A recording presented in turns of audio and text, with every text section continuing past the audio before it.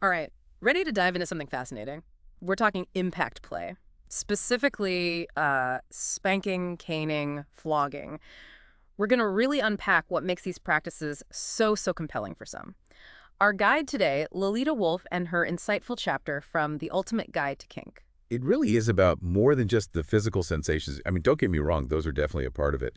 But what I find so captivating about impact play is how it kind of combines those physical sensations, with psychology, power dynamics, even emotional release.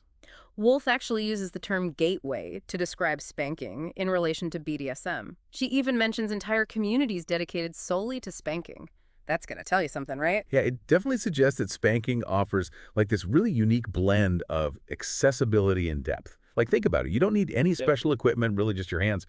But then when you add in things like role play, that psychological exchange, Yeah. it goes so much more. You suddenly have this really rich, complex world that's, built around this seemingly simple act. It's like that saying, it's not about the nail. Exactly. And Wolf really gets into that complexity. She talks about, for example, a teacher-student role play scenario, and she really emphasizes how important the atmosphere is. So, the build-up, the setting, even the music you choose, it all matters. It's about crafting an experience, not just going through the motions. So it's almost like setting the stage for a play. It sounds like creating that right atmosphere can really enhance those sensations, those power dynamics you were talking about. Absolutely. I mean, think about it. When you're in a charged atmosphere, it heightens all your senses. It makes you more receptive to what's happening around you, both physically and emotionally. Makes sense. And speaking of physical sensations, Wolf really doesn't shy away from the nitty-gritty details. She talks about different spanking techniques, using cupped hands, fingers, even like accessories, gloves, for different textures and stuff. Right? It's all about, finding what feels good, which again kind of goes back to that exploration we were talking about. Yeah. And that exploration, it extends to caning and flogging as well, each one with its own nuances. Okay, so let's talk about caning for a sec. Wolf mentions that the type of cane you use, like the traditional rattan, even its thickness, length, that can dramatically impact the sensation. She even uses this term wrapping. Are you familiar with that? Yeah, wrapping is a term you'll hear among people who practice caning. And it's something that they try to avoid. Basically, it's when the cane tip hits in a way that, well, that's unintended. And it can be particularly painful. Ouch. Yeah, I bet. So I'm guessing that's where the technique really comes in. Oh, absolutely. Technique and control, they're paramount, even in something that, might seem as straightforward as caning. And that same principle, that applies to flogging too. Wolf breaks it down into three core elements: accuracy, intensity, and connection. Connection. And that's interesting. It really emphasizes that impact play isn't just about, you know, like inflicting pain. It's about this shared experience. What's Wolf getting at there? Well, it's really about, two or more people connecting on this like deeper level. It's not just physical, it's Yeah. this shared experience. It's something built on trust, communication, really understanding each other's desires. Speaking of understanding desires, why do you think people are drawn to impact play in the first place? It's a good question. And honestly, there's no single answer. It varies from person to person. Mm. But Wolf touches on a few common threads. For some, the appeal is like primarily physical. It's about the tingling sensation, the warmth. Some people even find a little bit of pain pleasurable in the right context. She uses the phrase "hurt so good." It really is kind of amazing, how our bodies can experience both those things, all kind of intertwined. Yeah, it's almost like a paradox. Mm. But for others, you're saying the draw is more psychological, right? Definitely. Impact play can tap into like power dynamics, exploring roles of submission and dominance for a lot of people.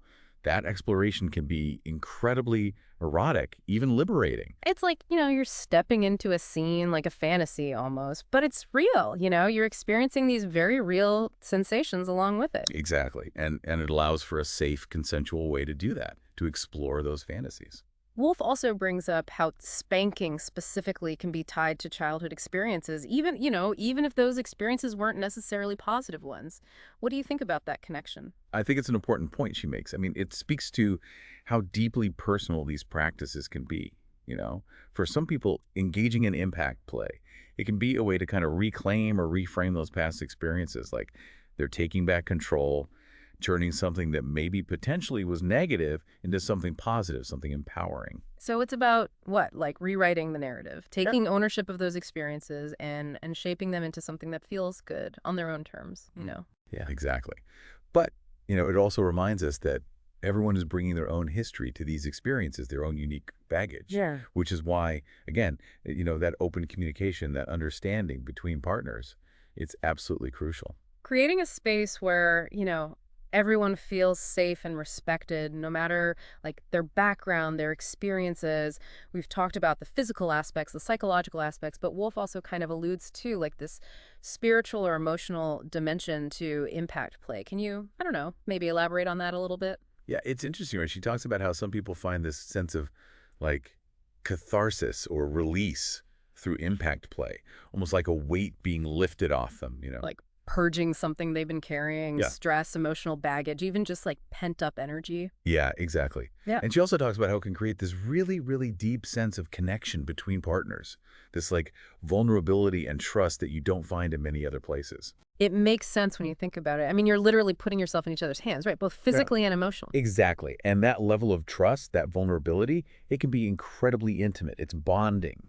So we're really seeing that impact play can be about so much more than just like the act itself. It's the emotions, the trust, the intimacy that it cultivates. It really is this complex web of experiences. And when all those elements come together, it can be incredibly powerful, incredibly meaningful.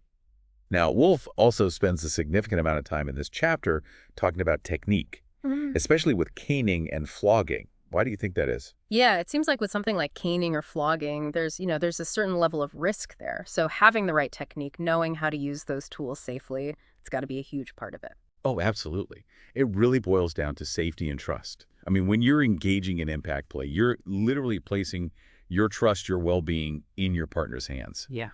They need to know what they're doing. Right. And understanding how to use those tools correctly, safely, it's the foundation of building that trust. So it's not just like knowing how to swing a flogger, but really understanding like how much force to use, where to target, even like you were saying before, how to read your partner's reactions. Exactly. It's about minimizing any risk, of course, but it's also about, being able to create those sensations safely, consistently. Think about it like a chef with a really, really sharp knife. In the right hands, it's a tool for creating something beautiful, something enjoyable. But it takes skill. Great analogy. It does feel like there's a real art to it, this balance of like skill and trust between partners. It really is. And like any art form, it takes practice, open communication, and that willingness to learn and grow together. Speaking of communication, that seems to be a recurring theme in a lot of Wolf's writing. And it's more than just a yes or no at the beginning, right? Right. It has to be. It's about like constant communication, checking in with each other throughout the experience, reading each other's, verbal cues, nonverbal cues, just making sure both partners are, feeling good, feeling comfortable, enjoying themselves. So cultivating this ongoing dialogue where both partners feel empowered to like voice their needs, their limits, it sounds like. That level of communication can really build some incredible intimacy and trust. There's no question. That kind of open and honest dialogue, it's essential for a safe and fulfilling experience for everyone. I mean, it's the foundation of any healthy relationship, but it's even more important in the context of BDSM, wouldn't you say? Absolutely. One last thing I wanted to touch on. Wolf really emphasizes aftercare. Why is that so important when we're talking about impact play specifically? Aftercare is important for any BDSM activity. But yeah, with impact play specifically because, well, you're dealing with physical sensations, things might linger. It's about taking care of your partner physically, emotionally after a scene, whether it's, soothing any marks, cuddling, or even just talking about it, how it made them feel. It's about gently bringing yourselves back down, right? After exploring all those, intense sensations, intense emotions. Exactly. Just reconnecting, grounding yourselves back in the present moment. It's a way of reaffirming that you're there for each other, safe and secure. Wow. This has been a really eye-opening deep dive, I gotta say. We explored a lot the history, the techniques, and wow, those emotional and psychological layers. What's like one key takeaway you hope our listeners are walking away with today? If there's just one thing, I think it's that impact play. Like all forms of BDSM, it's really about communication, consent, and connection at its core. Oh. It's about exploring your desires, your boundaries in this safe and respectful dynamic with a partner you trust completely. It's about embracing those desires, exploring those sensations, those dynamics, and ultimately discovering what brings you pleasure, what brings you fulfillment in a safe and consensual space. And remember, you know, that journey, it all starts with education, those honest conversations with yourself, with your partner, and just that willingness to, step outside your comfort zone a little bit.